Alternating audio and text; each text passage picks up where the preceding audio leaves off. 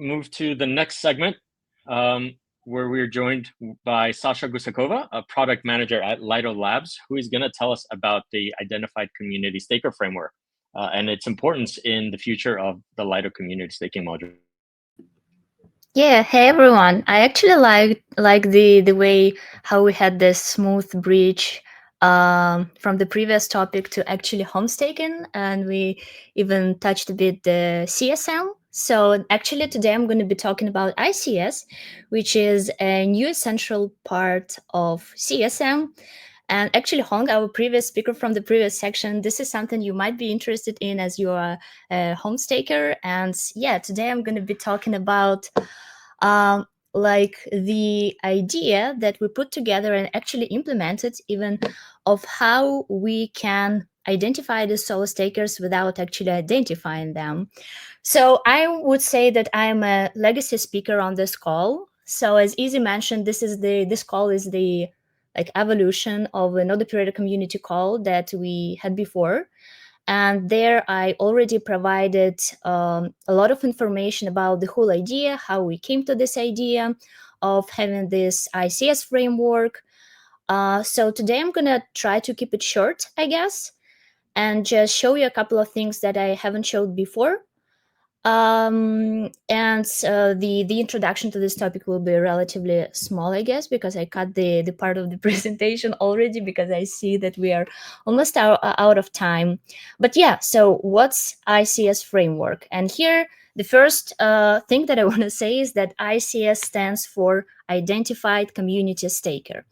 And here we'll be talking about the framework and the flow itself of how we want solo stakers, home stakers, independent stakers to be able to identify themselves. But first, the main question, why would we want them to do so? So as some of you know, and like my topic is rather niche, but I already saw some of our community members in the YouTube chat. So hey boys, how are you doing? So CSM is a permissionless module that allowed anybody to join the Lido node operator set. And its life, it's either is in its first version right now, and we are aiming to release the second version of CSM, which will have this ICS component, Identified Community Staker component. And what we want to do with this idea is basically to split the incentive model, the parameter models, between permissionless stakers who will anyway be able to join. So the module stays completely permissionless. But if a home staker is ready to identify themselves, the main benefit for them would be the better parameters that CSM can offer. And here you can see the picture of basically CSM v2. We expect this release to go live this fall. And here you can see three node operator types. So the first type is completely permissionless operators. The second is legacy EA, which stands for early adopter, and the new type, which is ICS. And basically here you can see the difference. So the main difference is essentially in bonds and actually in the fee rate for the node operators. So we can see that if we compare ICS and permissionless, that for identified community stakers, CSM is ready to offer a reduced bond requirement. So now what this ICS framework is, to put it in simple words, is a sort of a scoring system where a user needs to apply, and then based on the scoring system, the system will decide whether this user get this ICS node operator type or not. So this scoring system consists of three main parts. So in order to be scored and in order to get enough score points within this system, people basically need to provide proof of three types. The first is proof of experience, the second is proof of engagement, and the third is proof of humanity. I will not dive into all the details that I have about them because we have like a big blog post that explains why each of those like group of proofs matter for us. But here is the pretty comprehensible picture that shows what kind of resources we actually, not resources, but sources we use to for this group of proofs. So first thing that we want identified community stakers to have is some sort of experience. In here, the framework provides a wide range of sources that we use to assess our applicants. So a home staker can be included in eStaker solo stakers list, StakeCat solo stakers list. Home staker can have this OBOL technique credentials or be a verified SSV operator. And all of those will be assessed just using like scripts, smart scripts. They know the job, that know the job they are doing. And basically, this is the set of sources we use for proof of experience. The tricky part here is that in order to get the points within this group of sources, you need to get a minimum of 5 points, and the maximum is capped to 8 points.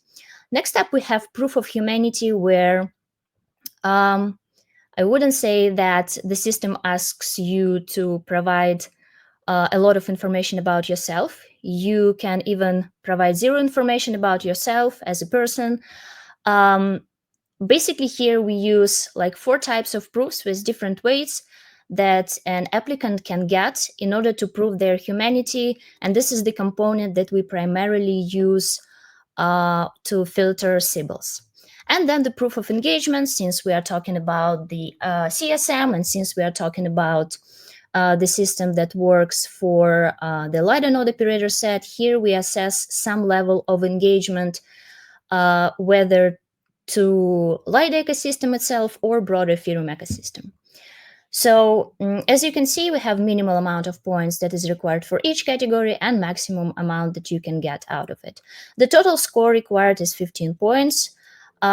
We've tried this system quite a lot, and we already saw some applications.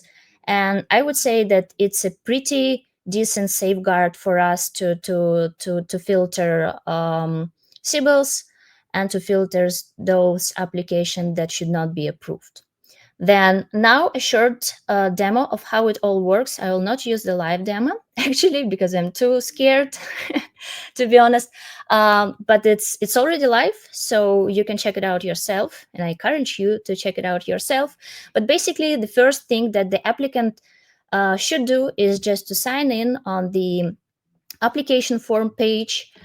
And then we include your address that you signed up with as a main address for this application.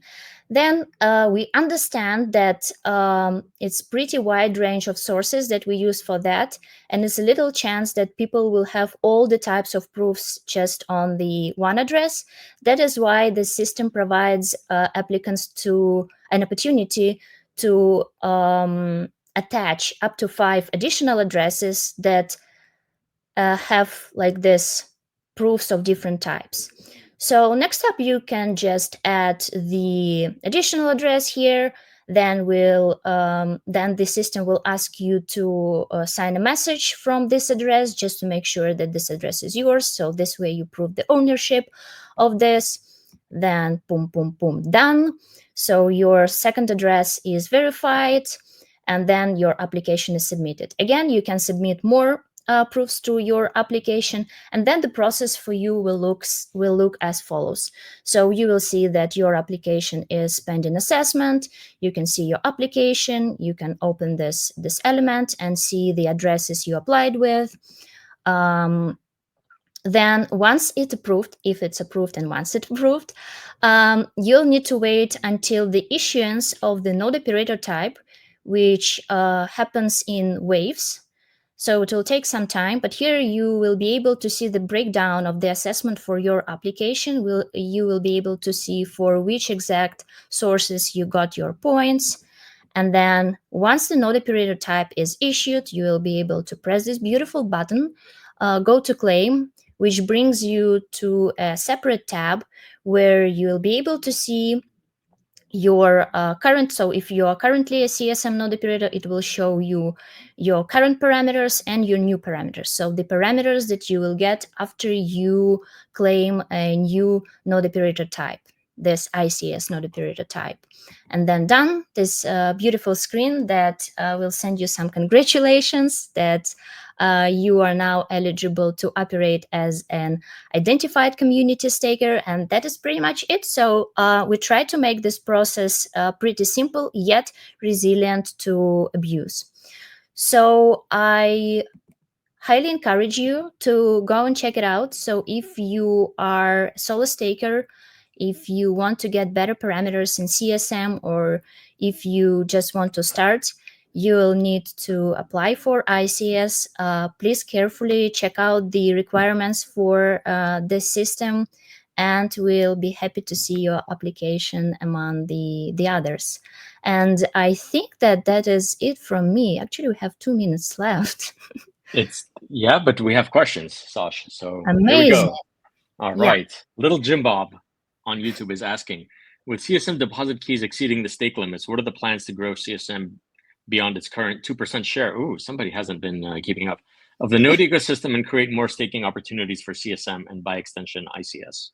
Yeah, wonderful question. So first thing to mention is that currently CSM is already at 3%, and now it's just a matter of deposit inflows to deposit to get these keys that are waiting in the queue deposited to.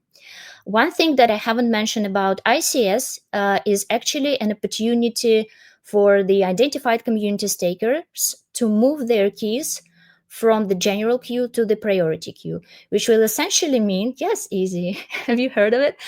Which essentially means that those who qualify as identified community staker will be able to move their keys closer to the beginning of the queue, which means that they will get deposited faster.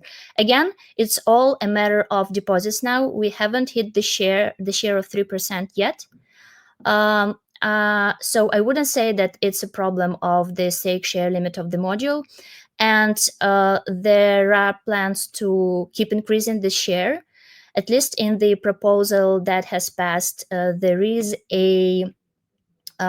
are some outlined plans that by the end of the year, or maybe in the beginning of the next year, if certain conditions are met, yet they're not like strictly defined, but if we see CSM performing relatively well, we'll be able to propose to the DAO the actual stake share increase for CSM up to 10%. So this should pretty much address the question asked. All right. There's one more question about somebody who's being clever, and Mr. Dudicles 154 is asking, how will you spot me applying from several addresses and getting several beneficial node operators? Yeah, it's an interesting one. So I mentioned really quickly the smart script that basically assesses the application. It for the first stages involve also like human assessing, but actually we have a system that will prevent applications that includes the addresses that are likely to belong to professional node operators or known symbols to be assessed twice. So there is a system that prevents that from happening. And yeah, so basically some of the addresses that are known to belong to professionals or symbols will be excluded from the assessment right away. So this is one of the prevention measures that we use within this framework.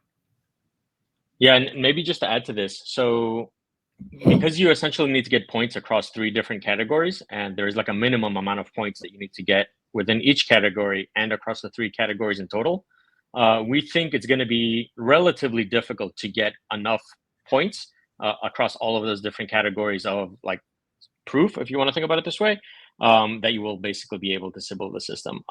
If it turns out that it's easy, we can adjust the amount of points, but I don't think it's going to be that easy. Yeah, to extend the answer to this question, I would say that we have like 3 layers of protection here. So the first one is the scoring system itself, as Izzy just mentioned, that you need to basically get enough points in each of 3 categories, which makes it relatively difficult for you to game this. Then the second one is the analysis of the addresses itself. And the third, which is not super obvious, but actually all the benefits that identified community stakers get within CSM, they are limited.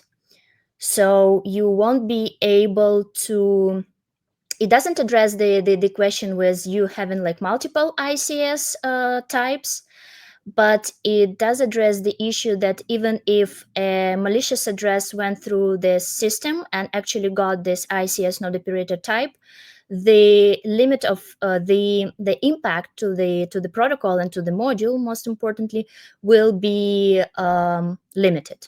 So this is like the third wall that prevents something bad from happening here.